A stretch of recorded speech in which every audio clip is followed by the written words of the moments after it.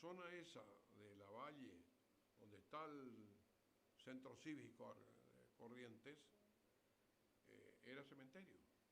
Los que estaban haciendo los cimientos sacaron restos y encontraron bóvedas antiguas.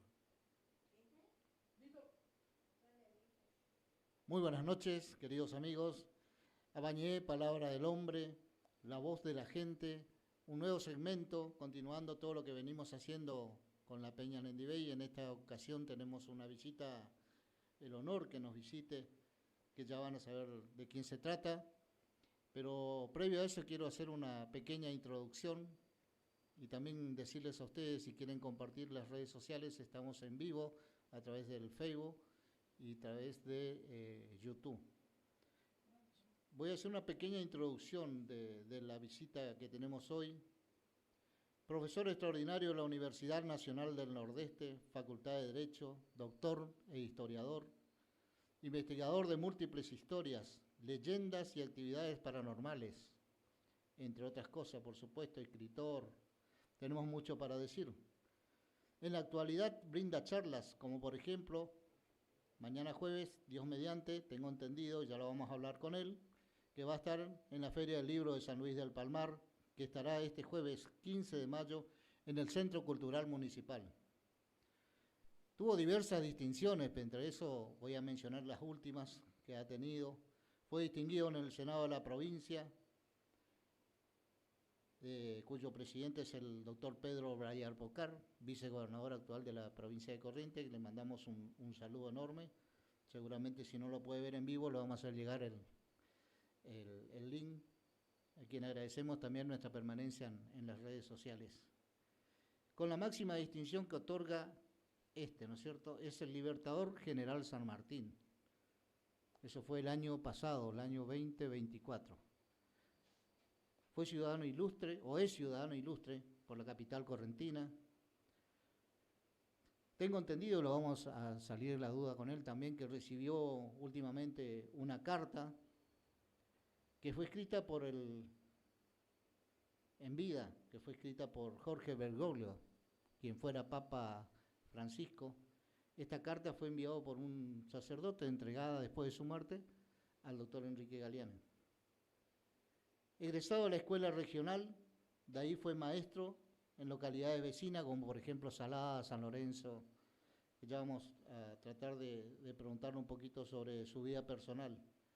Su mayor deseo, tengo entendido, que fue estudiar agronomía, pero desistió de este estudio. Y vaya que no sé si lo hizo bien o no a la comunidad, porque es requerido en todos lados y nosotros hemos tenido la oportunidad también de requerir y él aceptar nuestra invitación, ¿no es cierto? Fue compañero de estudio secundario, entre otros, de un reconocidísimo y prestigioso neurólogo que tiene la provincia de Corrientes, el doctor, que me atendió a mí, por eso digo yo, que todavía estamos de pie, Oscar Camacho, a quien le mandamos un saludo también. Estamos hablando, y que tenemos el gran honor de que nos visite, al doctor Enrique Eduardo Quito Galeana. Muy buenas noches, doctor. Bienvenido. Buenas noches, Osvaldo. Muchísimas gracias. Es un honor para mí estar con ustedes acá, volver al Riachuelo, que es prácticamente parte de mi casa. Me trae gratos recuerdos. Estar en la tierra del Riachuelo, la tierra roja también, ferruginosa. Esto ocurrió en el terciario hace millones de años, ¿no? Ajá. Entonces fue herrumbrándose, por eso la tierra roja. Y bueno, es una sorpresa que me hayan invitado, pero para mí esto es una caricia al alma. Aquí que me siento muy feliz de estar acá, Osvaldo. Bueno, gracias, doctor. Nosotros nos sentimos honrados con su visita. Como veníamos hablando, una pequeña... con ustedes es difícil no tocar historias de Riachuelo, de Corrientes.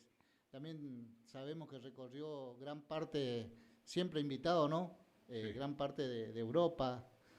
Y bueno, pero nosotros, independientemente antes de que entremos de lleno al tema que a usted lo apasiona y a nosotros también nos interesa conocer un poquito más, Queríamos saber algo sobre su vida personal, sin entrar muy en detalle, ¿no? Sí. Pero para que la gente que nos sigue a través de las redes sociales lo conozca, y si usted me permite, le voy a hacer unas 4 o 5 preguntas que gusto. hace en base a que la gente que todavía no lo conoce, me incluyo, sepa un poquito más de lo que fue su infancia, ¿no es cierto? Con mucho gusto, Osvaldo. Bueno, gracias. Me gustaría saber, doctor, en primer lugar, ¿dónde nació? Vamos a arrancar porque Sí. del nacimiento arranca nuestra vida, ¿no? Nací en Corrientes el 15 de noviembre de 1947, hijo de Ángel Claudio Galeana y Damiana Matilde Coria de Galeana. Nací en un rancho, una sola pieza, una letrina al fondo y nací ahogado. Entonces la comadrona, doña Teo, o sea, Partera. la señora Dios, le sacó el sombrero a mi padre y el cigarro. Me metió ahí y me dio 2 chirlos. Y ahí recién reaccioné. Dejé de ser pez para convertirme en ser humano. Brasil 1485. Brasil, Casi 14. Rivadavia, lo que era denominado Villa Basura. En la actualidad, doctor, ¿está su casa? Mi casa se mantiene, la mantengo, y en la casa de Brasil 1485 vive una persona de escasos recursos, una gran persona que se llama Nelly, y hasta ahí nomás digo, y vive gratis porque yo la ayudo y me siento muy orgulloso que ella habite esa casa porque tiene unas manos maravillosas. Le crecen las plantas como si fueran hechas por una magia de la naturaleza. Es una artista consumada y una mujer extraordinaria. Le vamos a invitar al Riachuelo entonces porque necesitamos acá Sí, unas manos así para que crezca nuestro jardín. Así que, exacto. bueno, ¿qué recuerdo tiene, doctor, de su infancia que quiera compartir con nosotros? Algo así sintéticamente, ¿no? Porque seguramente... Nosotros en la infancia era ir a la escuela, inundarnos. Cada vez que llovía mucho nos inundábamos porque esa zona era de lagunas. En el centro de la manzana donde nosotros habitábamos había un tacuaral, y en el tacuaral había una cantidad enorme de víboras yarará, ¿no? Como corresponde. Y vivíamos descalzos para no gastar los zapatos ni las zapatillas. Enfrente teníamos una canchita, jugábamos al fútbol, nos embarrábamos de arriba abajo, y nuestra madre, que teníamos el caño de agua, que ya era un privilegio para nosotros, teníamos luz y agua, era un privilegio, y nos mandaba ahí al patio a bañarnos. ¿Cómo se calentaba el agua? Eso me preguntaron el otro día y le digo yo, en invierno el agua se calentaba colocando la latona en el sol, y de esa manera nos bañábamos diríamos en horarios habituales, pero no teníamos la posibilidad de calentadores ni gas, era leña, todo eso. De esa manera manteníamos la higiene. ¿Por qué? Porque en la escuela te controlaban las uñas, la oreja. Fui a la escuela Manuel Belgrano, que quedaba a unas 10 cuadras de mi casa, y no se faltaba. Claro. No se faltaba, porque papá y mamá nos exigían a nosotros a la escuela y a estudiar. Y tuve excelentes maestras, a las cuales recuerdo con mucho cariño. Éramos todos, como dice el correntino, por Yahoo en el barrio. Claro. Muy pocos tenían la capacidad económica para poder decir, tengo una bicicleta, por ejemplo. Nosotros carecíamos de eso, no teníamos bicicleta. Andábamos a patacón por cuadras. Así que los recuerdos de mi infancia son el amor de mi madre y el amor de mi padre, y el sacrificio profundo de los dos para hacernos mejores personas. ¿Hijo único, doctor? ¿Hijo único? No. Yo soy el del medio. Ajá. Tengo un hermano mayor ya fallecido, que fue maestro de San Miguel durante muchos años, y tengo un hermano menor que es veterinario, que también ejerció la docencia primaria y secundaria. Y vive en Corrientes, una excelente persona, mi hermano, un sabio. Yo siempre digo que es un filósofo, claro, y que escribe. Es un gran poeta, pero no quiere publicar. Las poesías de él son extraordinarias, magníficas. Yo nunca vi un poeta tan romántico como él. Es un clásico. O sea que, qué lástima porque, bueno, claro, un tapado por decir así. Salvador Micheli se iba hasta la casa de él y se sentaba y le pedía, por favor, le decían, Quique, dame la letra, yo le pongo música y esto va a ser un éxito.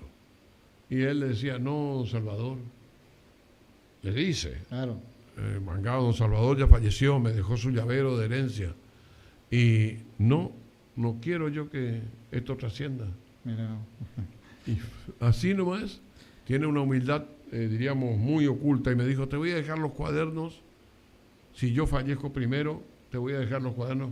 Escribe en cuadernitos de 8 hojas. Una cosa extraña, ¿no? Claro. Termina el cuadernito de 8 hojas, le pone un número y sigue. Después otro cuadernito de 8 hojas y sigue. Mira, qué bueno. Y nos bañábamos en el patio con la manguera.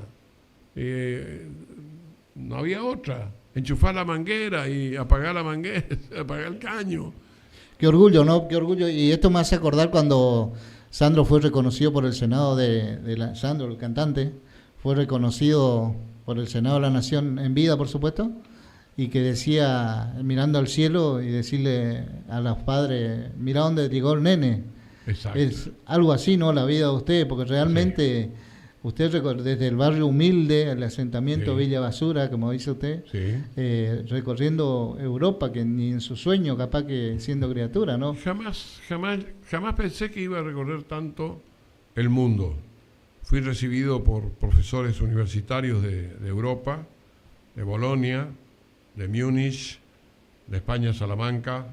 Me recibió una profesora, excelente profesora, doctora de Salamanca. Bueno, en Madrid me atienden siempre con holgura, con cariño, y yo respeto mucho a la gente. Respeto mucho a la gente y ustedes me verán de remera y un pantalón nomás, así nomás como corresponde, y una zapatilla. Me visto de gala cuando corresponde honrar a la persona con la cual voy a estar, y por eso dije hoy me tuve que haber puesto un saco. Claro, y hay un detalle. Hay un detalle, yo siempre lo veo a usted... De moñito. De moñito, y bueno, y yo había preparado mi saco para honrar justamente su visita, pero bueno, para estar a la altura, claro, entre comillas, a la altura suya, sí, me puse una chomba nada más, sí, y bueno... Y bueno, el moñito tiene su historia. El moñito me hacía mi mamá. O sea que mi mamá hacía el moñito con el elástico, entonces nosotros andábamos de moñito. Éramos todos por Yahoo, pero con moñitos. Y nos íbamos al cine Itatí. Me acuerdo que quedaba ahí frente a la Plaza Libertad, hoy renovada, y vivíamos cerca del piso, a 2 cuadras del piso. Claro. Por eso conozco el piso, el chipacuerito. Y ese detalle de colocar una flor, que también lo suele ver a usted, sí, ¿lo tomó desde muy adolescente, digamos, o cómo tomó esa costumbre? Papá, como era sastre, me hacía unos mangos ya como abogado. Entonces le dije, papá, mientras vos vivas vas a tener la protección mía. Y un día mi padre me dijo, y si vos te morís antes, ¿qué vamos a hacer nosotros? No era jubilado. Ajá. Y se había quemado parte de mi casa de Brasil 1485. Y entonces le dije, mira papá, te voy a jubilar. Lo jubilé en el PAMI. Me salió más caro la jubilación del PAMI de mi padre que lo que él cobró en vida. Y bueno, y de esa manera papá me enseñó a vestirme. Nunca te compres una camisa llamativa. Comprate siempre una camisa blanca o una camisa celeste. De esa manera vos siempre estás bien vestido y la gente nos dice, mirá, está vestido de la misma manera. Claro. Y si te compras un moñito, comprate un moño de color neutral, salvo que tengas mucho, me dijo. Y bueno, la vida me fue dando regalos de moño. Ahora la gente cuando lleva un regalo, me regala un moño. Claro. Vino esta chica de Europa y vino con una bolsa de moños. Dije, ¿de dónde lo sacó? No sé, no tengo la menor idea, ¿no? Y me alegra mucho. Sí, la verdad que vemos distintos colores que Sí, suele sí. tener. Hace poquito lo he visto también uno color crema tipo té con leche, digamos. Sí, También. sí. Sí. Tengo una caja donde mi esposa, que a mí me tiene carpiendo, como dice el refrán, bueno... Todos creo que tenemos una jefa en nuestro no, hogar. no. Yo soy un hombre que puedo decir que mando en mi casa. Siempre digo, sí, querida. Sí, querida, sí, sí. Bueno, Así. habíamos dicho, doctor, y usted se me adelantó, una de las preguntas también era en qué escuela hizo la primaria, pues usted dijo en la Belgrano, ¿no es En cierto? la escuela En Belgrano, la sí. escuela En el Belgrano. turno tarde, donde íbamos los pobres. En esa oportunidad seguía en el mismo lugar, digamos, Sí. Irigoyen y Santa Fe. Irigoyen y Santa Fe, Ujú, y tenía una huerta y tenía un consultorio odontológico. ujú. Y en la huerta nosotros íbamos y producíamos parte de la comida de la escuela. Claro. No sé a dónde iba a parar. El director vivía en la esquina de San Martín, esquina Santa Fe, que el director era Suat. Era el director. Claro. Tenía unos bigotes, un hombre de una palabra brillante, un personaje extraordinario, un gran escritor. Y la esposa era una gran literato, una mujer muy preparada. Y eso te marca en la vida porque te van enseñando cosas. Y bueno, tuve maestras espectaculares. Y por eso llegó, calculo yo, independientemente de la capacidad suya, llegó donde llegó, porque cuando uno tiene los puntales suficientes o necesarios, uno se va encaminando en la vida, ¿no? Y Exacto. de la familia humilde que vino y a dónde llegó realmente, mis más sinceras felicitaciones. Usted ya dijo la edad que tiene, el año que nació, ¿prestó servicio militar? Me tocó la Armada en 1968. Me subí, a pesar de que tenía pie plano, ¿no? Igual lo tengo que prestar. Sí, me tocó nomás. Y estaba en esa época en el Distrito Militar Corrientes el teniente coronel Luoni. Ajá. Y el teniente coronel Luoni me dijo, vos no podés hacer servicio militar porque tenés el pie plano. Entonces le dije, mire, teniente coronel, yo soy amigo suyo personal y no lo voy a comprometer a usted, así que voy a ir nomás a cumplir con el deber. Y me fui y al llegar nos tomaron un tipo de examen. Y en ese examen me dejaron aparte con 20 o 30. Después nos tomaron un segundo examen, donde quedamos 15. Dije yo, ¿qué es lo que nos están por hacer? ¿Nos van a fusilar a los 15? Y me dijeron, no, usted va a ser oficial de reserva. Y bueno, y así empecé, diríamos, el servicio militar como oficial de reserva, pero como me detectaron un posible bocio, diríamos que es muy endémico acá en la ciudad de Córdoba, pusieron al servicio del doctor Aymón. El doctor Aymón estaba en el Hospital Río Santiago, en La Plata, en Río Santiago. Uh-huh. Y estuve en el Hospital Naval de Río Santiago a cargo de la sala número 2. Y bueno, pasé ahí el tiempo, me hicieron el tratamiento, después me hicieron una junta médica. En la junta médica, con una cantidad de médicos con guardapolvos largos, estamos hablando ya del 69, ahí me dijeron, pero usted tiene pie plano, me pusieron el talco en el piso. Y le digo, sí, tengo pie plano. Pero también parece que tiene bocio. Y de acuerdo a los estudios, yo tengo bocio. Yo eso denuncié cuando me iban a incorporar. Y me mandaron al Hospital Naval de Buenos Aires, Ambrosetti de Vélez. Y allí en el hospital me tuvieron que hacer un bombardeo de isótopos radiactivos. Que no sé si se equivocaron, no sé si lo hicieron adrede o porque no sabían. Pero yo empecé a perder peso. Empecé a perder peso. Y me llamaron un día y me dijo el capitán de navío Aymón, mira, tenés que irte a tu casa. Ahí te van a mandar después la baja. Bueno, yo cumplí órdenes. Y le esperé a mi tío, que trabajaba en el correo, y hacía el viaje a Buenos Aires con el ferrocarril Urquiza desde Corrientes a Federico Lacroze. Y en Federico Lacroze esperé el tren de Corrientes y estaba el tren postal, que era invulnerable. Era todo cerrado con rejas, etcétera, porque ahí venían los sacos de la correspondencia, es decir, lo que se enviaba. Entonces usted acá en la zona conoce bien, porque acá pasa, Sí. estamos en Riachuelo, desde Riachuelo estamos transmitiendo, acá atrás más pasa la vía, así Sí, que... señor, por eso yo que llegaba. al tren siempre lo respeté, y el peor error que se pudo haber cometido en la República Argentina ha sido levantar los trenes. Toda Europa se comunica por tren. Usted sube en París a un tren y llega a Londres directamente. El tren viene, son trochas, está la trocha media, la trocha ancha y la trocha angosta. Claro. La trocha angosta, para que la gente entienda, era el del económico, de 1 metro, angostita. Ujú. La trocha media es la del Urquiza, esta. Después está la trocha ancha. Los trenes, cuando van funcionando de un país al otro, llegan a una trocha diferente, el tren para, bajan unos tipo gatos, levantan el tren, salen las ruedas que corresponden a la nueva trocha, levantan las ruedas de la trocha anterior y sigue circulando. Eso aprendí del viaje que hice desde París a Praga. Y yo decía, ¿cómo es esto? Todos los días se aprende Nunca algo vi, nuevo. nunca vi. Y bueno, eso sí, eso Sí, pasa. sí, sí.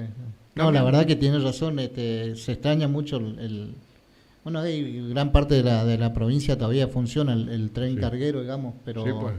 pero sí, realmente tienen que ver la posibilidad del Sí. ferrocarril, ¿no? Habíamos dicho en la pequeña introducción que su idea en el secundario no era seguir abogacía, pero evidentemente su destino estaba en la abogacía, en la docencia, en la historia, ¿no? Entonces Sí. me gustaría saber cómo fue su pasión para ingresar a lo que es la parte de la abogacía y la historia y todo lo que eso... Bueno, yo quise ser ingeniero agrónomo. Me inscribí en ingeniería agronómica. Y a mí me correspondía, por el promedio de la escuela regional, me correspondía un puesto en capital, lo que me permitiría estudiar agronomía. Pero cuando entran ciertos factores, me nombraron en la escuela de San Lorenzo. No me arrepiento, porque a muchísima gente de San Lorenzo le debo agradecer a la familia Soler, a todos los parientes, y lo primero que me dieron es un ranchito, un catre, un colchoncito y unas calchas. Todo a cuenta de mayor cantidad. De si cobraba algo alguna vez. A vivir y a echar creolina para que no entre la víbora. Y todas esas cosas se van aprendiendo en la vida. Y durante todo el trayecto de mis largos años, 77, no tengo más nada que agradecer en el camino. Mucha gente me dio la mano. Mucha gente me ayudó, mucha gente me empujó, inclusive los mismos hermanos Soler y otros maestros de la escuela, como el vicedirector Alsina. Un día de mucho frío yo cruzo a un barcito que había ahí enfrente de mi covacha, digamos. Eso en San Lorenzo. En San Lorenzo. Uh-huh. Y entro y pedí un coñac. Y Alsina me dijo, yo me hago cargo. Era de los Yaya, uno de los Yaya era ese bar, en la esquina frente a la misma escuela. Si me permite, le mando un saludo a Gilda Yaya, que fue directora de la Escuela 9, que también es de San Lorenzo. Y lógico. Ya está jubilada ya ahí, pero... Todos los Ayala. Una gran persona. Sí, señor, todos los Yaya eran Chicha Ayala, Blanca Teruel, la señorita Flores, bueno, y Guatani. Y entonces me dijo, este es el último coñac que te veo tomar acá. Te convido porque sé que hace mucho frío. Pero no te quiero ver más en ningún bar, ni menos tomando alcohol, porque fíjate dónde estoy yo. Yo pude haber sido otra cosa, pero no tú. Vos viniste acá a estudiar y acá te vamos a obligar a que estudies. Y me protegieron todos. Todos me dieron el entorno para que yo pueda estudiar. ¿Y usted, doctor, estudió acá abogacía acá en Corrientes? Yo estudié abogacía en Corrientes desde el año 66 al año 68. ¿Y qué le llevó a desistir de la carrera que primeramente había arrancado? Me llevó a desistir que me fui a visitar una prima que estudiaba abogacía, vivía por la calle Rivadavia entre Córdoba y Catamarca, y esta chica me dijo, mirá, te conviene estudiar abogacía porque podés estudiar libre. Y me prestó el libro de Astalión García Olano Vilanova y el de Torré. Y ese diciembre y ese enero del año 66, porque me recibí en el 65, van a ser 50, 60 años. 60 años cumplimos con Oscar, sí. Y me dijo, andá y lee, y si te gusta, inscribiste en Derecho. Me gustó, empecé a leer, y en la primera mesa del año 66 me presenté en Introducción al Derecho. Y aprobé. Ahí ya quedé enganchado, o sea, ya mordí la carnada. Y bueno, ahí también conoció después a la que es su esposa, ¿no es cierto? Y bueno, independientemente de eso, ocupó cargos públicos, ¿no? Diversos cargos públicos. Ocupé diversos, asesor del Consejo General de Educación. Fui maestro. Después, mi último destino como maestro fue la Escuela San Francisco, Perú, esquina Moreno, que por casualidad, la Perú, esquina Moreno, es la familia Coria. De la familia de mi madre. Ahí vivía mi bisabuela, doña Bartola. Y doña Bartola decía, yo hablo con mis amigos del fondo. Y yo no sabía quiénes eran los amigos del fondo, mi mamá tampoco, ni mi papá. Hasta que un día, la abuela Bartola me dijo, acompáñame que voy a hablar con mis amigos del fondo. Y yo le acompañé a la abuela, una señora ya de entrada de edad, habrá tenido más de 90 años. Y nos vamos hasta el fondo, era un monte. Y en el fondo había un montón de fusiles viejos, espadas, y había cruces. Y entonces yo llegué a casa y le conté a mamá y me dije, ni se te ocurra volver más ahí, me dijo. Nunca más vuelvo ahí. ¿Pero era cementerio familiar ese, doctor? No, era un enterratorio, parece ser, de una división de un ejército paraguaya o una división del ejército en alguna de las luchas civiles que quedó atrapada en ese momento ahí. ¿Y de ahí empezó su entusiasmo por la historia o no? Claro, ahí empezó mi entusiasmo por la historia y seguí estudiando. Cuando me llevan a La Plata, pedí mi pase a La Plata, estuve estudiando en La Plata. Volví a la Universidad Nacional del Nordeste y me recibí en diciembre de 1971, el día 17 de diciembre. Y nunca voy a olvidar me fue a buscar mi tío, que era el almacenero de la esquina. Me fue a buscar a mi tío en un auto Peugeot 404 que tenía. Y mamá y papá, en su humildad, en su pobreza, tenían envuelto en un papel diario una placa de bronce que decía Enrique Eduardo Galeana, abogado. Le digo yo, ¿para qué gastaron ustedes esto? Por favor. No, gringo, vos mereces esto y mucho más. Sos el primer profesional universitario de la familia. Y en la puerta de la casa de Cascarada, por Yahoo, estaba la placa. Y la muchachada de Villa Basura y la muchachada de Villa Icacha, que todos éramos compinches, nunca tocaron la placa de bronce. Qué bueno. Que la tengo en la entrada de mi despacho todavía. Linda me historia. acompaña. foto de mi padre y la foto de mi madre nunca dejan de tener su velita. Qué linda historia y qué emotivo, ¿no? Y la verdad que, doctor, toda esa pasión con lo que pone usted, esa historia, se nota que fue realmente bien nacido, por decir así, ¿no? Porque recordarle, como usted dice, en lo poriajú que fue, y recordarle y tenerle bien allá a lo alto, sí, a sus padres, sí, hablan muy bien, más allá del concepto que yo personalmente tengo de usted, que es la mejor. Hablan muy bien de usted, y queríamos arrancar este segmento conociéndolo un poquito más al doctor historiador, maestro, y sí, antes de entrar de lleno a algo paranormal, por decir así, ¿no? Sí, pues. Y bueno, y por último, doctor, me gustaría, no sé si quiere decir algo relacionado a lo que es su vida personal, sí, y si no, vamos a entrar,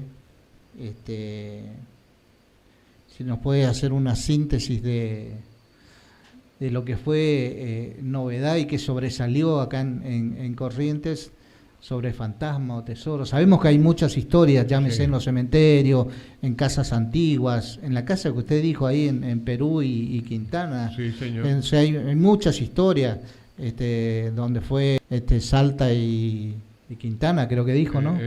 Eso fuera de cama. Y Salta. Seguramente muchos de los... Casa Molina, Casa Molina. Claro, muchos de los seguidores nos deben saber esa historia, que en la actualidad está el Regimiento 9, el ex Regimiento 9, entre Abril y Costanera, la capital correntina.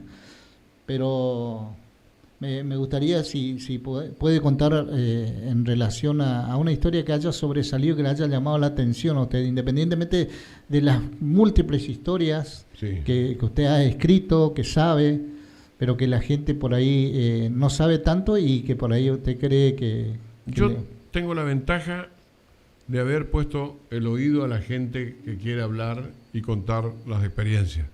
Los mayores, los abuelos, en la historia del mundo, siempre son los depositarios de la sabiduría. Entonces yo me puse a escuchar a las personas mayores que yo, o de la misma edad que yo, y puse el hombro. La Casa Martínez, por ejemplo, vivía la señora de Monzón, casada con un bioquímico. Hoy es el Museo de la Arqueología y de Antropología. Y en la Casa Martínez, esta señora me llamaba y me decía: no me rompa la planta, acá le dejo una tijerita para que usted corte, o un jazmín o una magnolia. Entonces yo cortaba, me ponía en el saco y me iba a dar clase a la facultad por la calle Salta. Aquí que un día, pasaron los años, la señora de Monzón me para y me dice: yo quiero hablar con usted y le voy a contar un secreto. Yo una tarde, a la siesta, entré a mi casa y miré el salón y veo un hombre sentado, vestido a la antigua, y era el general Belgrano. Y después se dirigió hacia el fondo y se perdió. Y esta es una mujer, era maestra, era esposa de un bioquímico. ¿Cómo no le iba a creer yo? Y ahí empezó la saga de las investigaciones. Y así me comuniqué con los jesuitas de la Universidad Deusto, en Bilbao, y hablé con sacerdotes, y hablé con mucha gente. Y esta gente me empezaron a explicar la bibliografía que había, los antecedentes. Y soy un estudioso compulsivo. Recibo material de la Universidad Nacional de México. Mi hijo está sorprendido porque está trabajando en Google en Chicago y está cursando en la Universidad San Ignacio de Loyola, y me dice: papá, acá están todos tus libros están acá. Y le digo: bueno, son generosos, son gente amiga, y me impulsa mi hija, mi esposa, que quiere ser incrédula, pero por ahí se asusta porque tiene algunas experiencias. No me quiso contar lo que le pasó en la calle Mayo entre San Juan y Rioja. Yo siempre le dije: vení por la calle Pellegrini, porque en la calle Mayo entre San Juan y Rioja está el Sanatorio Litoral, y en la calle enfrente está lo que era el Hotel Alemán, que cerró porque los espíritus de esa zona no le dejaban a los pasajeros tranquilos. Ahí estaba la policía de Corrientes. Esa era la policía de Corrientes.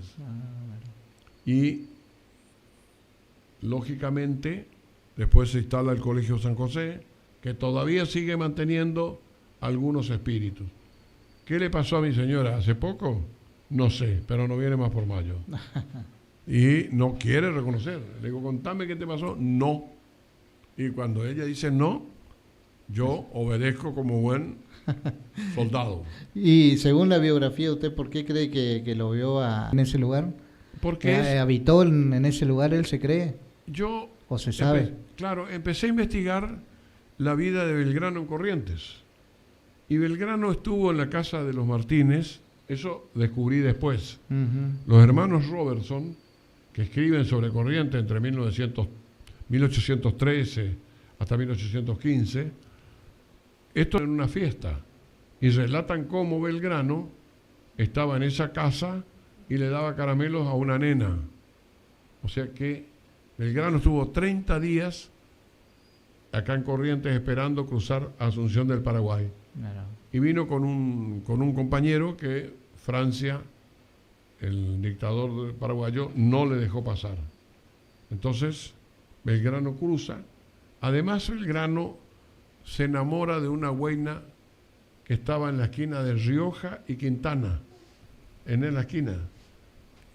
Era una esclava blanca. Hay una gran confusión siempre. La gente cuando decimos esclavo decimos negro. No, la esclavitud también fue blanca. Escuché en uno de sus relatos históricos que era muy buena presencia, era muy correspondido Belgrano, ¿no? Belgrano era... Por las damas. A ver, era un hombre muy afable, un hombre muy gentil, y además, ¿qué costaba a los que le recibían en sus casas? Porque dormía en diversas casas. Y le ofrecían, lamentablemente tenemos que decir esto, porque esto es triste y puede resultar aborrecible, le ofrecían a la india o a la negra o a la blanca, claro, para que él no tenga frío, para entendernos. por decir así. Y bueno, y él ve a esta chica colorada, de ojos claros, que estaba recogiendo naranjas. Ella saca una naranja, él quedó mirándole nomás. Ella saca una naranja y le pasa por no había alambrado, eran los setos de plantas nomás. O sea que la planta marcaba el límite entre la vereda y la casa. Y ella le pasa la naranja. Y después, con un sacerdote franciscano, Belgrano salía a caminar con ella y se iba hasta Pellegrini y San Luis. En la esquina de Pellegrini y San Luis, lateral oeste, norte, oeste, ahí Belgrano estaba con esta chica que fue su gran amor en Corrientes. Por eso, no sé si quedó algún belgranito por acá o no. Seguramente que sí, con todo el respeto que se merece nuestro héroe, habrá quedado. Y Belgrano era un hombre, fíjese en el testamento. No había preservativo seguramente en esa época. No había. Y de Belgrano, hecho, la religión tampoco permitía mucho eso. No.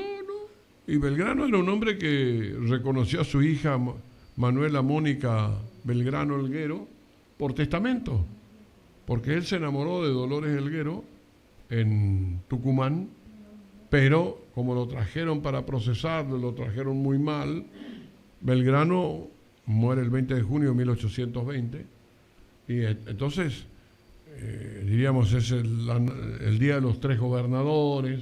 Nadie se enteró que Belgrano murió pobre como no lo era, porque Belgrano fue un hombre que recibió, recordemos por la batalla de Salta y Tucumán, 40.000 pesos fuertes, que eran 40, que se hizo un cálculo después que eran millones de dólares. Aparte creo que venía de una familia adinerada, ¿no? Sí, de buena posesión. Era una familia adinerada y su hermano, que era sacerdote, fue el encargado de ocuparse de reconocerle a la hija de Manuel Belgrano. De ahí viene la, diríamos, descendencia de los Belgrano. Según la historia muere soltero, ¿no? No se llegó a Muere casar. soltero. Él quiere casarse Dolores Helguero, pero la salud no le permite. Y los padres de Dolores Helguero, para cubrir el embarazo de Dolores Helguero, le hacen casar con un comerciante rico de La Rioja. Y Dolores Helguero no le puede confesar al otro que está esperando un hijo. Claro. Pero el otro, cuando van a nacer Manuela Mónica, dice, no, me vendieron un boleto. Me vendieron un boleto. Y lógicamente, cualquier persona normal se daba cuenta que, si este vecino no me pase. Y la abandonó. Y cuando queda sola, Belgrano le escribe y le pide matrimonio. Y los padres, pero no querían saber nada. No obstante, en el testamento de Belgrano, el que quiera leer la historia de Mitre, de Manuel Belgrano o cualquier otro autor, va a encontrar, reconoce a mi hija Manuela Mónica Belgrano Helguero. Por eso, la historia argentina debe ser contada así con humanidad. Claro. Porque ¿qué engrandece a Belgrano? ¿Crear la bandera? Perfecto. Pero le engrandece más este acto que fue un acto de agredir a las normas de la época, reconociendo a una hija suya natural. Ahora me gustaría, doctor, sacarlo un poquito de la historia que veníamos contando, a pedido de la gente que nos acompaña. Antes que nada le mando un saludo enorme a Esther Cabrera, que nos está viendo en vivo, que es un seguidor también nuestro, y por supuesto dijo que iba a verlo al doctor Enrique Quito. O sea que seguramente de Quito debe ser por Enriquito. Enriquito, así que le mandamos un saludo a Esthercita Cabrera, gran persona, muy humana. Vive en el 17 de agosto, así que un saludo enorme para ella. Pero había un pedido acá interno que querían saber, no sé si podemos tocar el tema, apelando a su extraordinaria memoria, sobre la zona del barrio San Benito, Arasatí. Sí. Estábamos tocando el Regimiento 9. Sabemos por familiares que existía un cementerio grande por ahí, que aparentemente estaba el regimiento también en sus primeros asentamientos, lo que es la Escuela 9, lo que es la Valle, Entre Misiones, Entre Ríos, sí. Lo que actualmente están las entidades bancarias, del IPS, el IOSCOR. Sí, sí. Si nos podía refrescar un poquito más de ese tema y bueno, y decirle a la gente, y más o menos apelando a su memoria, ¿en qué año, no? La fiebre amarilla, que azota Corrientes, que era producto de la guerra del Paraguay, porque los cadáveres de los enfermos de fiebre amarilla flotaban por el río y traían el virus.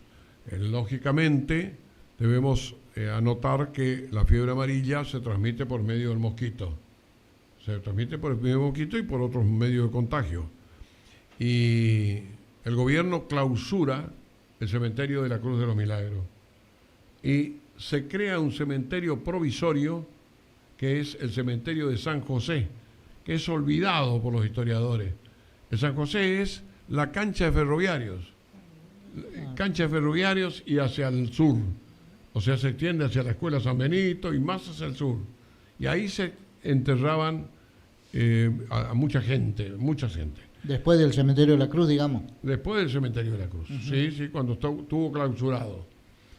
Y también se encontró en el desarrollo del arroyo Limita, en la desembocadura del arroyo Limita, se encontró una fosa común donde tiraban los cadáveres infectados de la fiebre amarilla.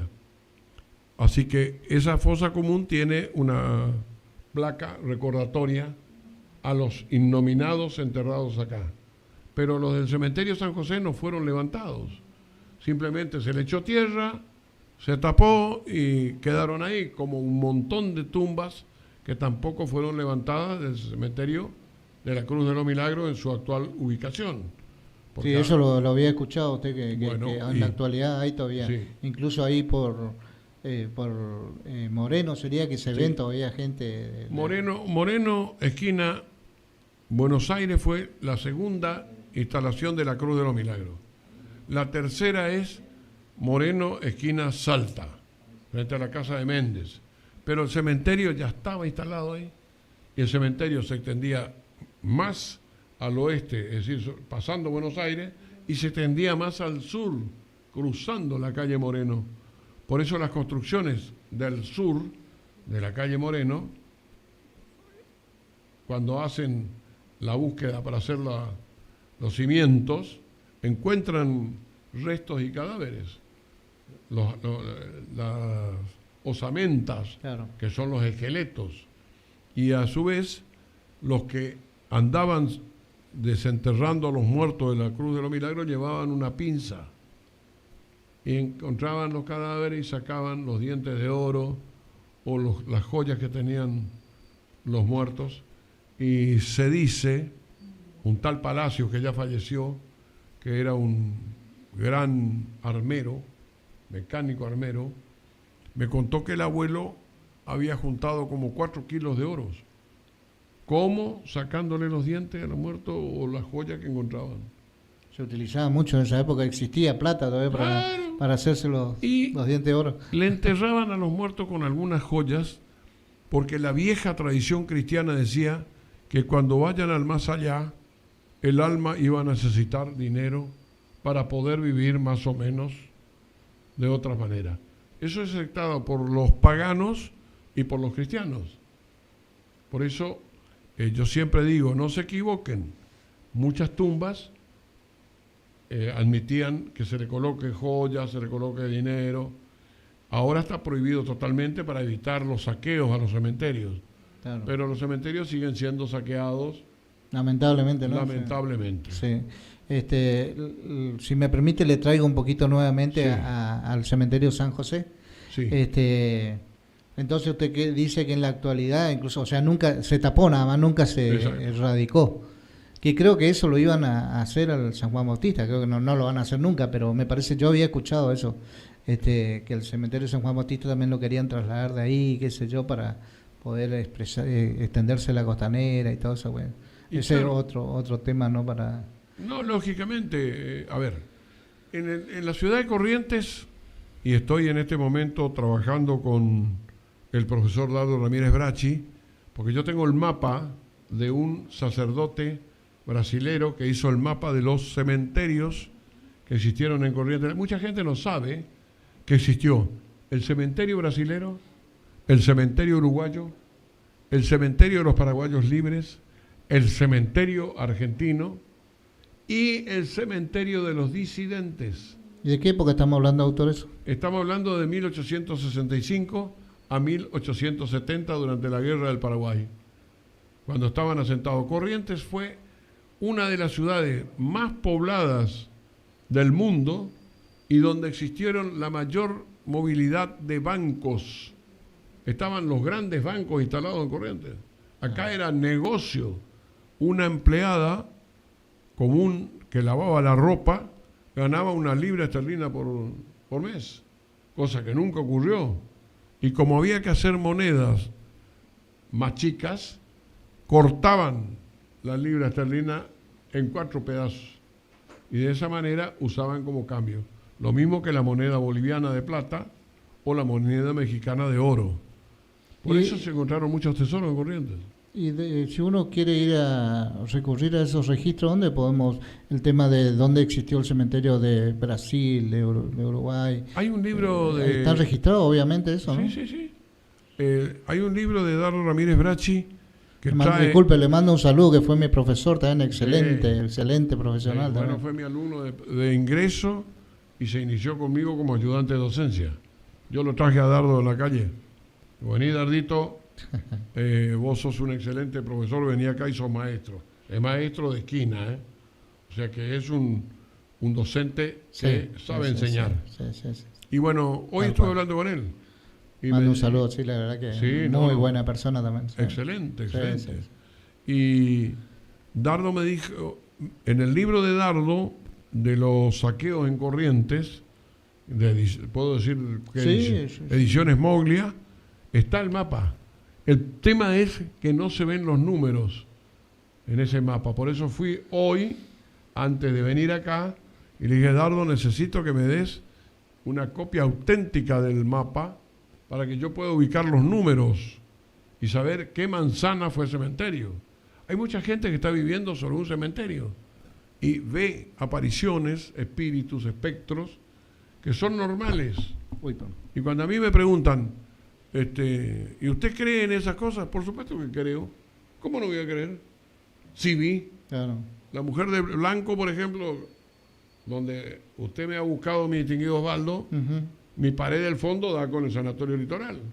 Y por ahí pasa la mujer de blanco, que no hace mal a nadie. La mujer de blanco cabecea. Pero había un caurapó que estaba un día y me decía, no, vos estás fantaseando. Y le digo, vamos a hacer una apuesta. Vamos a sentarnos ahí al lado. Vamos a ir tomando ahí. Estábamos tomando un vinito. Y nos sentamos. Ingeniero él. Y de pronto ve la figura iridiscente, luminosa, celeste, de la dama que cruza la pared, saluda, se mete en mi cocina y cruza la pared y sale por la florería Jardino. ¿Le he visto o no? Y estaba así, quedó con el vino así, paralizado. El julepe le dejó paralizado. Normalmente el ser humano somos así, ¿no? A mí por ahí me pasa también, que el que no ve no cree, no digo en todos los casos, pero... Claro, en el Teatro Vera, un día yo me voy, estábamos grabando con Rafael Costa, que ya pasó al otro plano, y de pronto me voy al baño y le digo, ya vengo. Me voy al baño y estaba un hombre, vestido a la antigua, con un sacón largo, con chupa, o sea, con estos pantalones ajustados, como usaba el Grano o San Martín. Y entro yo y digo, buenas noches. Buenas noches tenga usted, me dice. Bueno, yo termino de hacer lo que hago, me lavo la mano, etcétera, y salgo. Y me quedo a mirar, yo digo, qué raro. ¿Será una compañía teatral? ¿Estarán ensayando? Algo por el estilo. Y le llamo al cuidador del Teatro Vera, que vivía arriba, en la parte de arriba vivía. Jamás bajaba de noche. Jamás. Entonces le digo, hay un señor de edad que está ahí en el baño y me preocupa que no sale. Mire, doctor, déjele pues tranquilo a nuestro fantasmita. Vaya y mire ahora. Voy y entro a mirar, no había nadie. Y entonces digo yo, ¿y vi un fantasma? Y sí. ¿Y tuve miedo? No, porque no hay fantasmas y espíritus que no son malignos. Están los endemoniados. Con eso hay que tener cuidado. El color rojo, los ojos rojos, eso hay que tener cuidado. ¿Que existe mucho acá en Corrientes o no? Acá en Corrientes... ¿O no hay historia de eso? Sí, hay muchos acá en Corrientes. Hay mucha gente que te aparece. Cuando yo alquilé hace poco una propiedad, no voy a decir dónde porque es un medio de difusión, alquilo la propiedad y en una cláusula le pongo, quedan debidamente notificados los inquilinos que en esta casa pueden ver cosas paranormales. Me dice, ¿pero cómo vamos a firmar esto? Si no firman esto, no les alquilo. No hay contrato. No hay contrato. Bueno, firmaron. Pasaron 4 o 5 días. De repente le ven a los chicos, a sus hijos menores, sentados en el patio hablando, pero no entre ellos, hablando con otro ente. Y miran y no había nadie. Y entonces desesperado me llaman y le digo, ya voy. Y le digo, ¿qué pasó? Y le digo, están hablando con Antoñito. Ese chico está enterrado en mi despacho. Ahí, al lado de la puerta de mi despacho, ahí estaba enterrado cuando hicimos el piso, levantamos y estaba un chico enterrado dentro de la casa. Averigüé con los arqueólogos, averigüé con los sacerdotes, me dice, si dentro de las iglesias se enterraban a los muertos, ¿por qué no va a estar enterrado dentro de la casa? Había mucho amor. Así que no sé qué quería hacer con esto. Vino un arqueólogo, hicieron el carbono 14, y le digo, si él lo enterraron con mucho amor acá, y ahí quedará. Aparte me parece que no había ley que prohíba... No había. No había. Y entonces le hice hacer una especie de cajón de cemento con una tapa Y quedó ahí. ¿Le sigue desordenando su oficina o no? Y, bueno, mi socia casi se murió un día. Yo estaba en España y me llama por teléfono, me senté a su despacho, doctor, y todos sus libros acomodados en el piso. Acomodados. Y digo, ¿qué es acomodado? No están caídos, doctor. Que pueda entrar un gato o algo.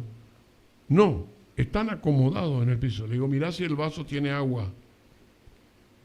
Está seco, doctor. Bueno, cargá el agua, poné el agua ahí y encendé una velita. Cuando salís, apagá la velita y dejá el agua ahí. Bueno. Ese es Antoñito, mi viejo conocido. Por eso, y cuando me objetan, yo le digo, señor, ¿usted es católico? Sí. Le hago una pregunta. ¿Para qué el Vaticano tiene la congregación de los exorcistas? Entonces yo le respondo, para luchar contra los posesos, contra los endemoniados, contra los espíritus malignos que logran salir de sus tumbas y apoderarse de algunos cuerpos. Y vamos a aclararle algo a la gente que está escuchando, que el nuevo Papa, León XIV creo que es. León XIV. León XIV es antiguo exorcista. Era muy amigo de José Bergoglio. Pero Usted lo visitó, Bergoglio, ¿no? ¿En Bergoglio Roma? sí, no, creo que vi una foto suya por ahí. Andaba visitando el Vaticano, logró mi esposa hacerme entrar al Vaticano y bueno, hubo un incidente con un guardia, se me trabó el bastón a mí y me empujó el guardia, y cuando me empujó el guardia me di vuelta y le encajé un empujón yo también. Y apareció el guardia, el jefe de guardia, y le paró, le echó. Claro. Y me dijo, disculpe. Bueno, cuando vamos saliendo, aparece un guardia suizo y me dice, ¿usted Enrique Galeana? Sí, señor, le digo, yo soy Enrique Galeana. Yo estaba frente a la tumba de Juan 23 y me dice, acompáñeme. ¿Qué hiciste ya, Nico, mi novia, ya? ¿Qué hiciste? ¿Qué tocaste? Si tocaste algo de hardball. No hice nada, mi amor, le digo, ya vengo. Dice, señora, no se preocupe. 15 minutos. Le trajeron una silla, así como esa más o menos, pero toda así roja, y le sentaron ahí a ella. Y le trajeron, creo que agua o café, algo le trajeron. Muy bien. Yo le acompaño al guardia, él detrás mío, yo no, él detrás mío. Yo le voy a decir cuándo paramos. Pasamos por un pasillo que ya estaba vacío. El tipo tocó la pared, no sé qué tocó en la pared, se corre la pared. Y entro en un pasillo largo y una piecita allá en el fondo. En un despacho, una mesa simple, común, una silla común, de esa, la más barata que hay. Ahí estaba Jorge Bergoglio.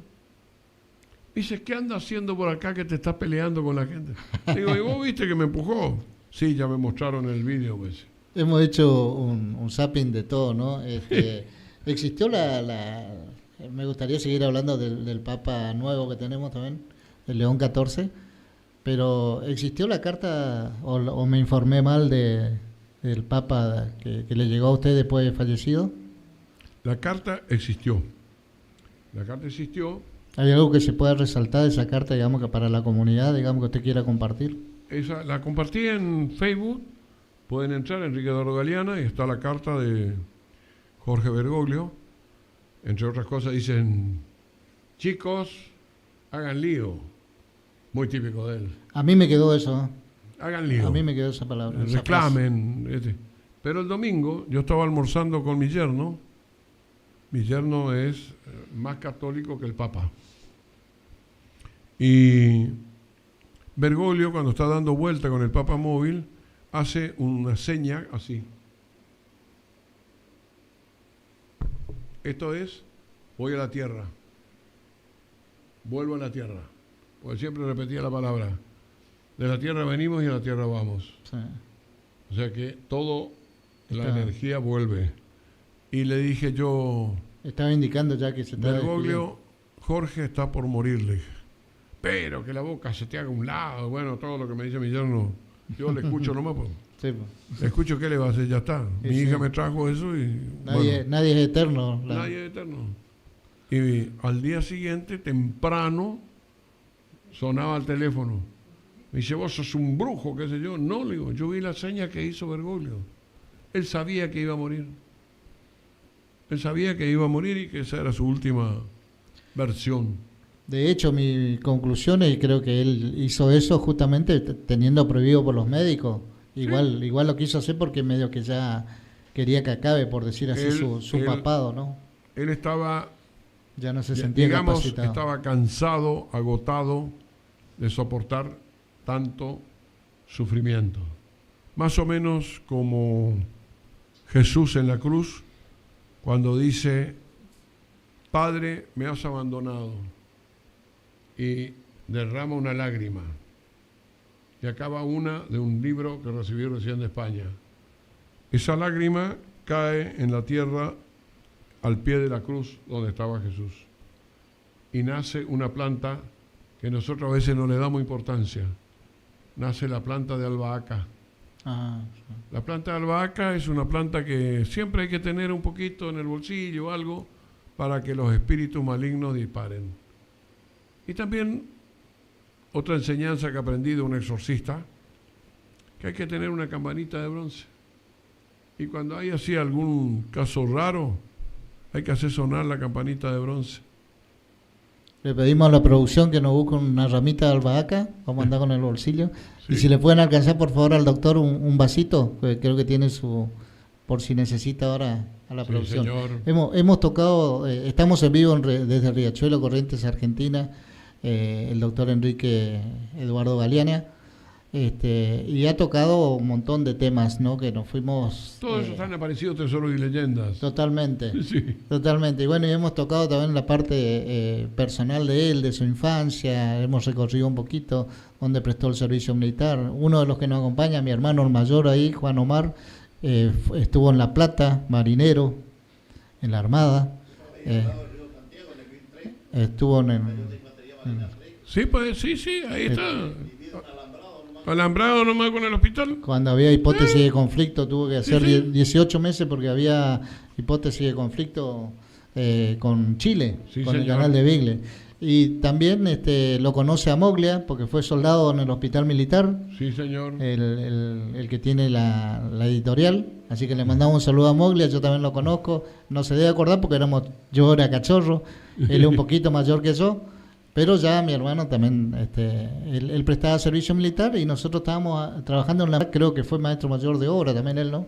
Sí. Creo que fue, bueno, y él estaba a cargo de la dirección de obra. Más o menos yo recuerdo, creo que tenía 14 años, que ahí no había explotación de menores, el que quería trabajar, trabajaba y me parece muy bien. Mientras no haya esclavitud, hay que trabajar, sí, así nos enseñaron, ¿no? Bueno, de todo un poco hemos recorrido, la verdad que... horas podemos seguir hablando, doctor, y me encanta la sabiduría y con qué precisión nombra la fecha, los detalles, y lo he escuchado en diversos programas, en diversos lugares donde le han invitado, y siempre lo mismo, con esa pasión. La verdad que nos entusiasma escucharlo y seguir escuchándolo, ¿no? Ahí tiene un vaso, doctor, si se quiere servir un poquito de líquido. Su tiempo es oro y entiendo y estamos muy agradecidos. Nosotros estaríamos toda la noche con usted. Me gustaría seguir charlando con usted, volviendo nuevamente, que hemos salteado un poquito, algo más que quiera acotar sobre la Arasatí y toda esa zona, más que nada porque hay familiares que me han pedido que querían recordar esa zona o conocer un poquito más, a raíz de que la abuela de mi señora murió a los 86 años. Sí. Y se crió en esa zona y le ha contado un montón de historias. Y bueno, y qué mejor salir de la duda con un historiador de su talla, ¿no? Bueno, esa zona tiene, vamos a ubicarle a la gente para que entienda. Sí. El Cambacuá Norte es, después de San Luis o Entre Ríos, es el Cambacuá Norte. Es el Parque Cambacuá, empieza el Cambacuá. Sí. Quiere decir cueva de negros. Cambá, negro, cueva. Que no era así porque también había cueva de blancos. Así que Y el Cambacuá Sur era el San Benito. Toda esa zona era el San Benito. Ah, mira. El San Benito Negro, el de Palermo, no de Buenos Aires, sino de Sicilia, el San Benito Negro. Cuando aparece el obispo Vicentín... Perdón, hay 2 San Benito entonces. 2 San Benitos. Ah. ¿Y cuál es el que tenemos nosotros? Y el nuevo ahora, porque el San Benito Negro es cambiado por el San Benito de Nápoles, por ahí, obispo de Nápoles. Y estaba el cura Esmíguel. Ah, sí. Y al cura Esmíguel le obligan a cambiar el San Benito Negro y la barriada de esa zona se traslada más al sur con su San Benito Negro y crean una capilla del San Benito Negro cerca del San Juan Bautista, del cementerio que se crea posteriormente a la fiebre amarilla, digamos, que era propiedad de la familia Durán, que era la primera parte, porque la segunda parte, que va siendo ocupada hacia el río y hacia el norte, es prácticamente sin expropiación y sin ningún tipo de retribución, le correspondía a la familia Durán. La familia Durán le demanda al municipio y gana el juicio. Y yo, ¿por qué le puedo asegurar esto? Porque yo fui el que firmé el convenio con la familia Durán para que se le indemnice lo que correspondía al valor de los terrenos dedicados a la necrópolis San Juan Bautista. Pero esa zona tiene ese estigma, que Francisco Vicentín, uno de los papas, uno de los obispos más democráticos que tuvo la Argentina, porque era el único papa no nazi, obispo no nazi. Y Vicentín dijo, no, que se queden los negros de este lado, pero los negros de aquel lado vamos a cambiarlos, vamos a llevarlos a San Benito. Y después Esmíguel tuvo una mala muerte, tuvo problemas, inconvenientes, no sé si veía demasiado fantasmas o qué, pero tuvo inconvenientes Esmíguel y fue removido. Pero los verdaderos cambacuaceros del sur se llevaron su San Benito y levantaron su ranchada y se cambiaron hacia allá. Porque esa es una zona que se urbanizó tardíamente, no hace mucho que eso se urbanizó. Ahí llevábamos nuestro rancho y nos vamos. Y así nacen los nuevos barrios de la ciudad de Corrientes. Y se extendió un montón. Sí, sí, señor. La verdad que no sabía esa parte de que existían 2 San Benito, que uno fue más al sur, ¿no? El San Benito es el que el candombe de Buenos Aires, el San Benito Negro de Palermo, Sicilia, y es tan santo como el otro. Pero bueno, son ideas y cada uno respeta las ideas.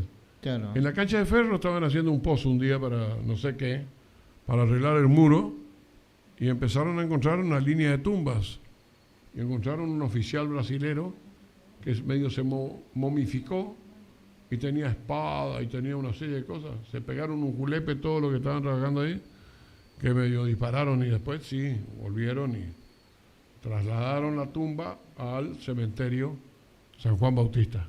Acá lo tenemos a San Benito ahí nosotros fuimos misioneros en plena pandemia, por eso le enfrascamos, por decir así, sí, para misionar en pandemia. Sí. Nosotros integrábamos la acción católica parroquial. Pero muy sí, bien. Cuando vivíamos ahí. Y bueno, habíamos hablado con el padre Juan Rojas para poder misionar, porque la gente no podía concurrir a las parroquias, entonces el santo iba a los hogares, ¿no es cierto? Es muy buena, muy buena tarea y muy buena idea. Sí. Yo siempre digo que la fe mueve montañas, y eso es importante. ¿Y el cuadro qué significa? Y el cuadro significa un gaucho. En teoría, como esto es una peña chamamecera, sí, lo quisieron adaptar a lo que es el gaucho, el músico gaucho, ¿no? Sí, pues, entonces sí. Ahí tenemos un caballo también, y bueno, tenemos el hijo de mi señora que hace todos esos dibujos y bueno. Eso es una obra de arte. Totalmente. No es un dibujo, es una Sí, obra de arte. no, realmente sí. Y todo a mano alzada, digamos. La verdad que bueno, yo se recibe este año de profesor de chicos especiales. Una persona muy, muy aplicada. Yo soy una persona que el otro día estaba hablando con Lela Basualdo, que es la que logró que se consagrara al chamamé como patrimonio inmaterial de la humanidad, y me habló de Isaac Abibol, de Isaac Abibol. Exacto.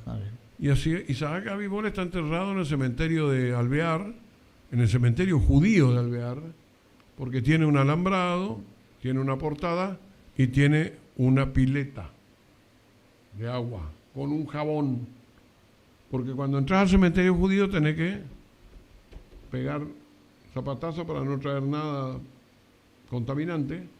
Y cuando salís tenés que dar 3 patadas en el piso y a su vez lavarte las manos para no llevar ningún espíritu ni ningún elemento de los muertos.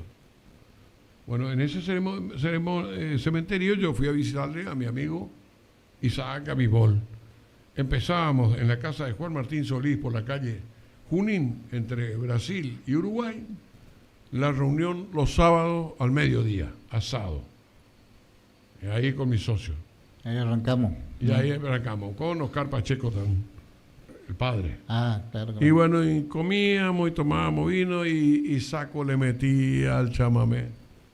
Y tocaba 3 chamamés y volvíamos a la calandria. Y quedábamos todo el día y pasando la noche hasta el domingo a las 6 de la tarde.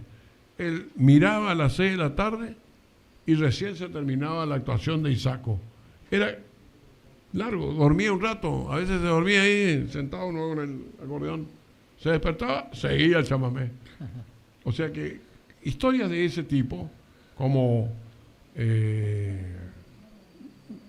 Miquel y Salvador. Salvador entraba al estudio y era tigre, pues. Y empezaba con las poesías, las guainas ahí. Lo que no entienden guaraní, que después... a ver, ¿qué quiere era decir? muy gentil con las damas. Ahí está. Muy gentil con las damas. Y entonces yo le pegaba de mi despacho el grito: vamos, Salvador, que acá hay gallo en este gallinero, ¿eh? Y entraba Salvador. ¿No está solo? No, pues, no hay que dejar que venga. Pues, no. Hay que defender el gallinero. Vale. Y bueno, y don Salvador, antes de fallecer, puso en el sobre su llavero de plata y le dijo a Marcela: esto es para el doctor Galeana, que es mi amigo. Y yo tengo el llavero de don Salvador Miqueri. Y le conocí a Tránsito Cocomarola, que era vecino mío, vivía ahí en la calle Uruguay y 3 de abril. A Pedro Cocomarola, que no era chamamecero, sino músico de características, sí, tipo Feliciano Brunelli, etcétera, etcétera. Y a la vuelta vivía Félix Vallejo, el letrista, uno de los letristas de Cocomarola. Bueno, conocía prácticamente todos los chamameceros. Doctor, por uno de los últimos temas que le voy a pedir, uno de los tesoros que a usted le haya llamado la atención o que haya sido gran repercusión acá en la capital, para no irnos muy lejos, pues sabemos que, si mal no recuerdo, acá en la zona de lo que era el Hogar Escuela, creo que sacaron, hay muchas versiones, pero algo que haya tomado repercusión. El tesoro más grande que se sacó en Corrientes fue el tesoro que está de la casa pegada a la jefatura de policía. ¿Dónde es un bar actualmente? Donde es un kiosco. Quinela y todo eso. Exacto, y en la esquina está el bar. En la esquina vivía la familia Claver Gallino. Gallino de Claver.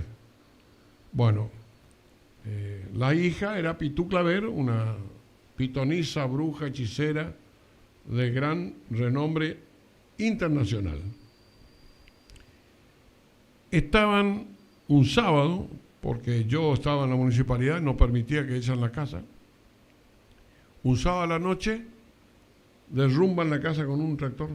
La casa de la abuelita, como decía Toco Navaja Artaza. Toco Navaja Artaza venía a comer a la casa de la abuelita. Le puso un cartel que era una galería con una escalera de ladrillos y troncos. ¿El dueño de lo que es establecimiento de Las Marías? Claro, Ajá. Toco era. Él era el gobernador y venía a comer el puchero de la abuelita. Al día siguiente me llaman de la policía y voy yo y miro en la pared de barro, porque la casa de la esquina tiene pared de barro crudo, no tiene ladrillos cocidos. Hasta hoy la cocina de la Felipa es barro crudo. Bueno, estaba el dibujo del herrumbre de la caja de Cabildo del Tesoro.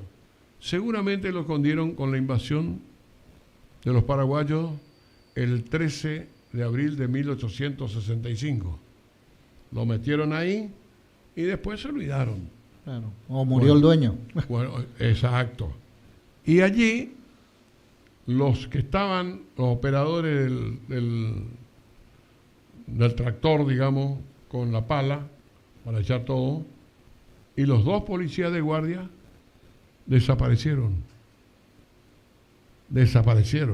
Se borraron del mapa. Y ¿Eso fue siendo funcionario? ¿Usted me dice que estaba en la municipalidad? O sea, ¿no hace mucho, digamos? No, era la década del 70, por ahí. 80. Bueno, eran del 80, sí. 80 porque yo voy a Salta 470 en el 80. Y un día estoy con Pitú Claver, la pitonisa, la bruja, que me dijo, usted tiene ciertos poderes, tiene cierta capacidad. Y le dije, no me enseñes nada para hacer el mal. Porque soy escorpiano y me caliento por ahí, quiero hacer mal. No, nada. Entonces entra un hombre de traje de casimir inglés, una pinta, y él, Pitú, le mira y le dice, ustedes sacaron el tesoro. Mal día, señora Pitú, le hizo. Era uno de los policías. Mal día. Yo estoy enfermo, terminal, mi esposa está enferma, mis hijos sufren. Sí, tengo plata, pero ¿a qué precio, señora Pitú? Le digo. Sacó un pañuelo atado como si fuera una bolsa y le dio a Pitú. Abrió Pitú, monedas de oro, monedas de plata. Cumplo mi palabra. Un gusto, señora Pitú, le saludó y se fue. Y Pitú me quiso regalar una moneda de plata. Y le dije, shh, no, lleva nomás vos tu moneda de plata. ¿Es cierto que arrastra gente, digamos, hasta la tumba, eso? Le arrastra a la gente porque los guardianes del tesoro no perdonan. Pitú también tuvo una muerte no agradable. Y te puedo asegurar porque yo era su vecino. Claro. Así que, ¿para qué te voy a decir que no vi el fruto del tesoro? Inclusive, la policía los buscó, tanto a la gente que estaba trabajando como empleado, como a los policías. Nunca los encontró, o no los quiso encontrar. Sí, se perdió el tesoro. Exacto. El tesoro que está documentado es el de rentas. Ese sí, porque intervino el juez Tomás y declararon todos los imputados ahí. A varios lo detuvieron. Ese tesoro está documentado en un juicio de tribunales que yo presenté como trabajo en la Junta de Historia. Esa es historia pura. Pero la familia que sacó el tesoro, Santín, mala racha, muy mala racha. O Manoma, murieron. Un par de últimas preguntas, doctor, y después le voy a pedir una reflexión final para la gente que nos está viendo y para los jóvenes en especial, ¿no? Sí. En base a su sabiduría. Primero, si nos quiere decir de qué religión es, yo intuyo de qué religión es, pero para que la gente sepa. Y después también, sí es cierto que al sacar el tesoro ese, independientemente que le arrastra, nomás le digo, ¿por qué la gente se acostumbraba a que se le sepulten con un tesoro, o van y entierran primero antes de entrar en guerra, seguramente para volver después de la guerra a buscar. Exacto. Pero hay gente que todavía incluso muere con un testamento, y incluso yo sé, no sé si es verídico o no, pero tengo testimonio en los campos que más se utilizan, que esa costumbre de que se le entierre con determinado tesoro, por decir así. Sí.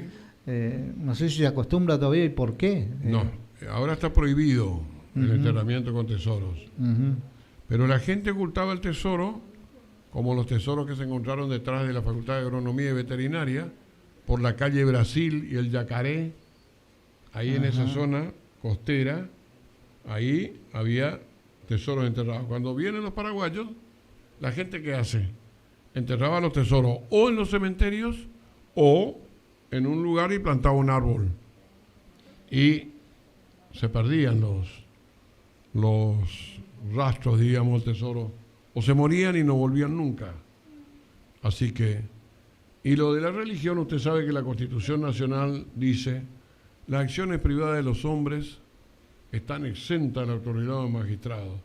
O sea que esa pregunta no le voy a contestar. Perfecto. Ahí está, yo soy libre pensador. No, está bien. Libre pensador, o sea que todas las religiones, mientras sean buenas y hagan a la gente solidaria, menos avariciosa, menos mezquina, menos mala, más honesta, de eso veníamos hablando, sería conveniente que Yamandú, el dios de los guaraníes,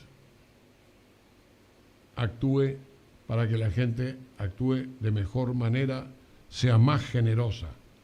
¿Cuántas personas, vamos a hacer una pregunta clave, cuántas personas a las personas que trabajan en el servicio doméstico las tienen registradas en blanco? Muy pocas. Muy pocos. ¿Cuántas personas comparten la mesa a las personas que tienen registradas en el servicio? Muy pocas. Menos tal vez. Y sí, menos todavía. Por eso yo entiendo que lo que tenemos que fomentar, como decía Bergoglio, es hacer un mundo mejor, un mundo de bienestar, de generosidad y de empatía. Ponerse en el zapato del otro, a ver cómo nos va. Claro. De esa manera solucionamos el problema. Yo ayudo a mucha gente, a otros no le puedo ayudar, pero trato de morigerar sus males y esa es mi consigna. Con todo lo que usted sabe y tira reflexiones siempre, la verdad que ayuda un montón, porque muchos desconocemos y pecamos justamente por desconocimiento, ¿no es cierto? Así Así es. que todo eso nos viene bien a nosotros. Y mi pregunta, más que nada, no por curioso, sino de qué religión era, porque lo he escuchado hablar de distintas religiones, le visitó al Papa, habló de los masones, o sea, como historiador, por supuesto, A ver, pero más que nada. los masones me quieren inscribir siempre. Ujú. Yo no los acepto. Las otras religiones me quieren evangelizar. Yo no los acepto. ¿Por qué razón? Porque yo concibo un Dios inmensamente generoso, un Dios que no distinga sexos, que no distinga a nadie. Porque si todos provenimos de Dios, nacemos todos iguales, libres y con el mismo potencial de respetar y ser respetados. Por eso, unas palabras de Juan María Gutiérrez de la Constitución Nacional. El hombre se dignifica al postrarse ante la ley, porque así se libera de arrodillarse ante los tiranos. Eso dice la Constitución Nacional en los comentarios iniciales de Juan María Gutiérrez, que es el que corrigió el texto. Y a mí siempre me impactó esa frase. Hay que ser bueno, no importa en qué se crea, simplemente hay que ser bueno.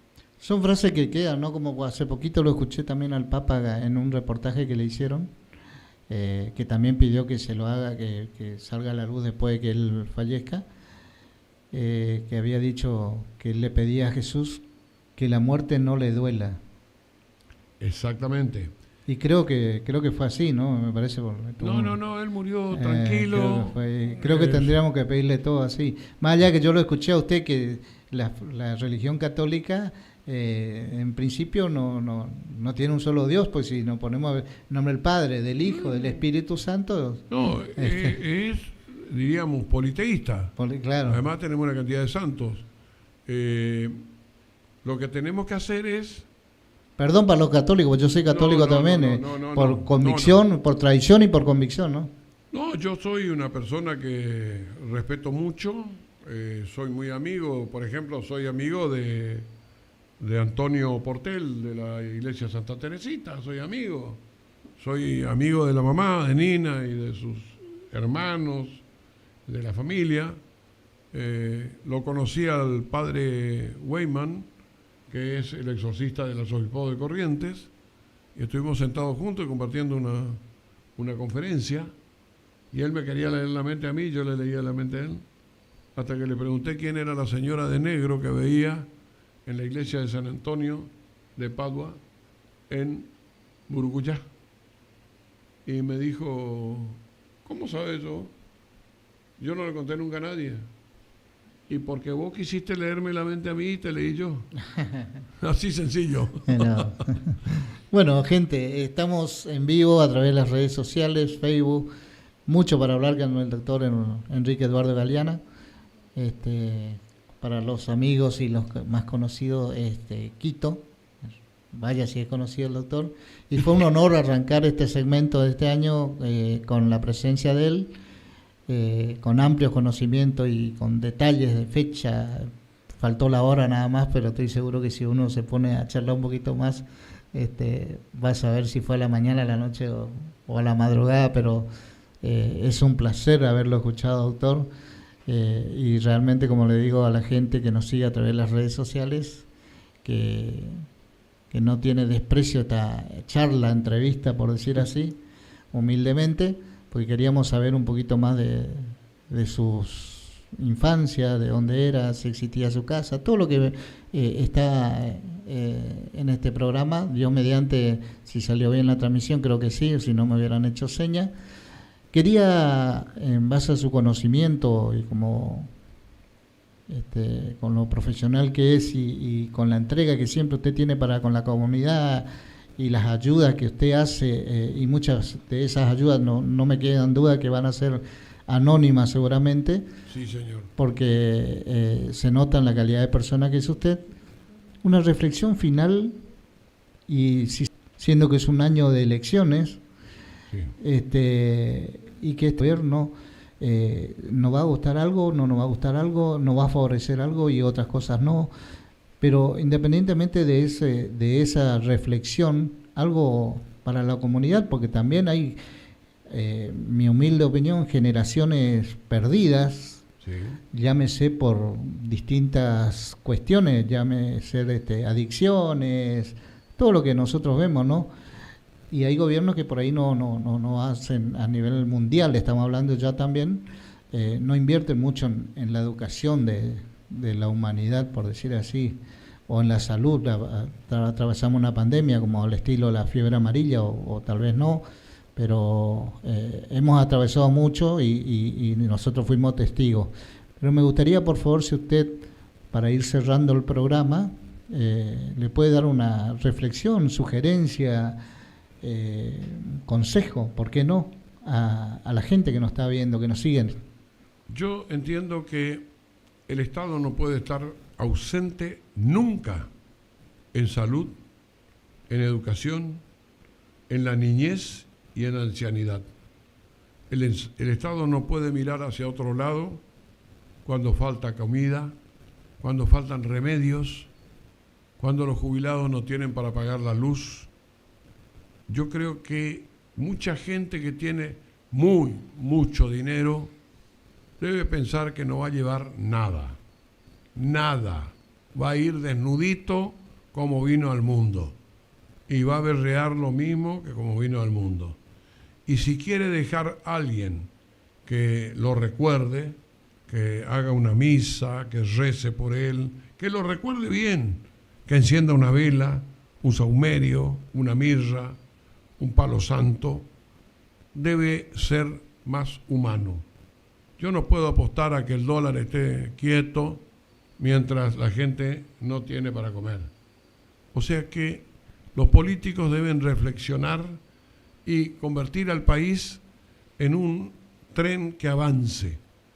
Para poder avanzar necesitamos invertir, crecer, ser un país.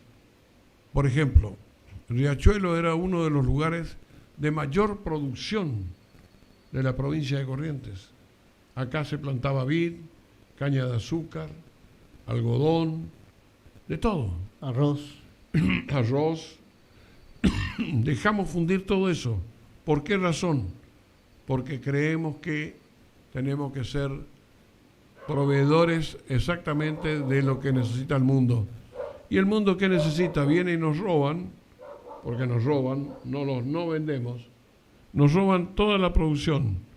Nos llevan la carne, nos llevan el litio, nos llevan el agua dulce.